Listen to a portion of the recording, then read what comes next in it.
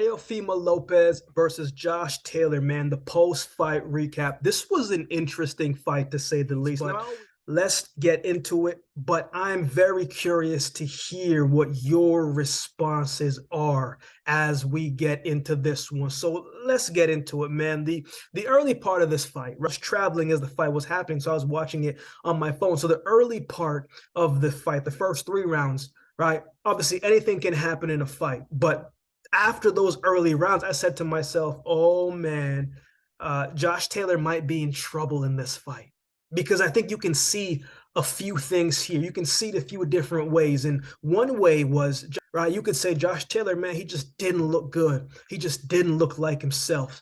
You can see it wasn't his best performance. Or you can also say, man, Teofimo Lopez had a hell of a performance and he made Josh Taylor look terrible, right? And you wouldn't be wrong if you said either of those things. Josh Taylor, man, he looked flat to me, right? He looked basic to me, and he's not a basic fighter. He looked one-dimensional to me in this fight. He looked like he was kind of going through the motions, hoping he would connect with the right shot instead of setting up the right shot. You know what I'm saying? He didn't look interested in the fighting on the inside as well, too, where he can use his size and his strength as we have seen him do on occasions before. And even watching it, I said, man, I think he needed another fight before he fought a level of caliber like a Teofimo Lopez, right? Because coming off his last performance, he didn't look good. Then you mix that with the inactivity, right? And you can see when those two things are in the mix, man, it just wasn't his night. And he never really got started to me. He never, yeah, he had a couple first, second round, but after that, he never looked like he got into his groove. He never looked like he got off first. Looked like he was just trying to be reactive to what Teofimo was doing, but he wasn't the one dictating the speed, dictating the pressure, dictating the movement. Man, it was Teofimo Lopez that was doing that, even when Teofimo wasn't really applying a lot. Now, Teofimo winning the fight wasn't a surprise, right? I think if you've been watching boxing long enough and watching Teofimo long enough, you know his talent and his skills are no question. Nobody questions the skill and the talent of Teofimo Lopez inside of the ring. He's a great and fantastic talent, but some of the stuff he was saying and what was going on behind the scenes, you just felt like that can play out inside of the ring. So we didn't question in the ring Teofimo what he can do, but we questioned the mentality of Lopez going into the ring, and him winning the fight, that didn't change my mind from what I thought of Teofimo Lopez. I still think he needs to take some time away and handle what he needs to do and get himself mentally right as a whole, period. I know he said he's going to retire, but honestly, I don't believe that. I could be wrong, but I know he wants more money and this and that, but I don't think he is going to stay retired. We'll see. We'll see. Maybe, but maybe the retirement is him just taking time away and giving it a word to be able to gather himself up and to get back certain things outside of the sport in order. However, man, I will say this. Teofimo Lopez's compartmentalization ability is absolutely remarkable. The fact that he's able to do that and put on arguably his best performance of his career, and I'm going to go as far as to say that was his best performance of his career to date, that type of performance I did not see coming. Did you? If you did, great. I didn't see it coming, right? Not to mention he almost stopped Josh Taylor in the later rounds.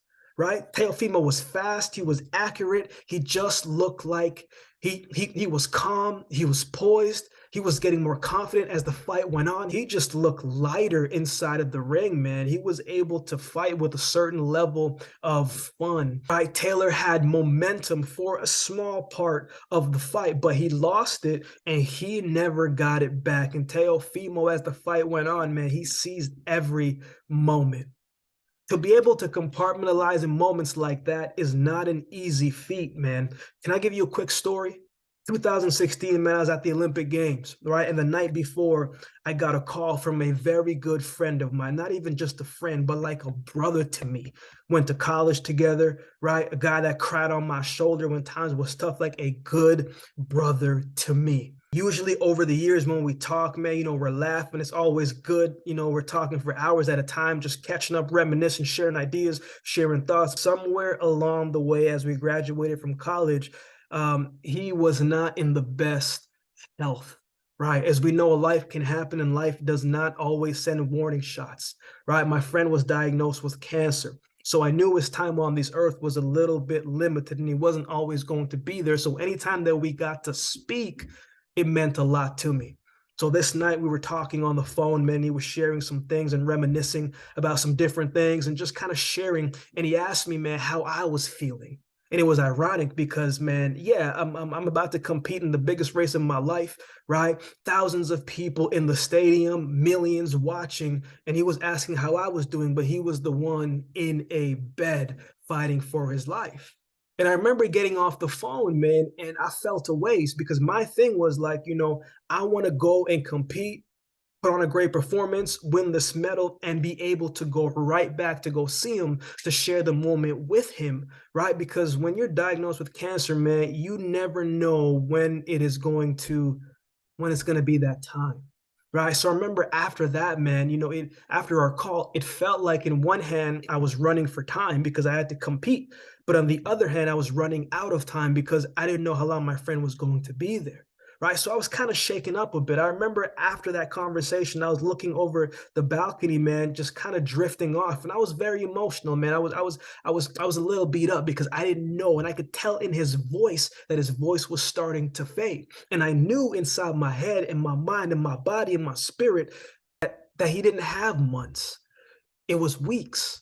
Right. And so that kind of messed me up as I was trying to prepare for the next day. And the next day, right, I had to go through as if nothing happened. I had to be locked in. I had to be focused. I had to make sure that I was present because my teammates needed me to be, but that was tough. My whole point is this, right? Being able to disconnect from either world and focus on one specific task, right, makes that performance so much sweeter when it does work out in your favor, but it is not easy to do. And a lot of people aren't able to do that because of the difficulty and what it carries with you. Teofimo, man, it really goes to show how special of a fighter that he is because that was a dominant performance against a guy who was once atop of the division, right? And Josh Taylor said he is moving up to 147, and I think he should. But I also think he needs to step away, rest and recover and regroup himself and just get himself together, man, and to see what it is going to look like next for him. There was a lot of people who were saying, man, Josh Taylor, when he fought Regis Prograis, man, he's never going to be that same guy. I'm not that person. I think a person can get back to some form and maybe even above. Maybe the weight drain was bothering him, right? I don't know what the case may be. Josh Taylor isn't the guy to really make excuses. He said, Teofimo was the better man, right? But after you've had certain amount of fights, man, he fought Regis, then he went to fought Ramirez right after.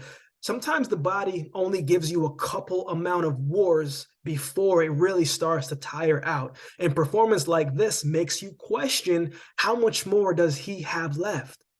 Right? How much more great fights at an elite level does he have left? And I'm hoping that he has more, but I think this weekend, man, he just didn't look like that Josh Taylor of old. And Teofimo looked like he is one of the best in that division. He performed and acted like a champion when his outside world seemed like chaos. Incredible performance that he was able to do. But seriously, man, hats off to both men. And I tip that same hat, Teofimo Lopez, man. As my guy TJ said when we were just talking about the fight recently, man, he said, man, Teofimo's a wild card. And a wild card that you can never count out, no matter what you hear, no matter what you see outside the ring, inside the ring, the takeover is coming to do just that. Great performance from Teofimo Lopez, man. And I hope he's not retired, but I still hope that he's able to take some time away and get himself together away from the fight, because I wonder what a fully fledged Teofimo Lopez could do at 140, maybe even 147. What were your thoughts on this fight? What did you think of their performance? Please let me know it all in the comment section below. You know we got to talk about it. You know we got to discuss. You know we got to recap. Let me know in the comment section below. Bit of a hectic week this week. I'm going to do my best to get off 3 to 5 videos this week. Hopefully I'll be able to get it done, but I'll be back in the groove of things. As you can see, I'm not in the usual setup. I'm not at home, but I'm going to do my best to get as much videos up as I can this week. Again, let me know your thoughts on this fight. Recently just started membership on the channel. Don't always get to do all of the suggested videos you guys suggest in the comment section below. But if you would like to become a member, those suggested videos you suggest rise to the top, and I will do my best to get those done for you. Or if you just like to become a member to support the channel, that will be greatly, greatly appreciated as well, man. Shout out to all the members already holding down that membership section. I see you. I appreciate each of you. Shout out to everybody that continues to like, comment, share, and subscribe to the channel. Shout out to everybody that has donated to the channel, man. That truly means a lot to me. I really appreciate that. So with all that being said, if you've been watching the video this long, do me a favor and subscribe to the channel, and we'll definitely see you next time.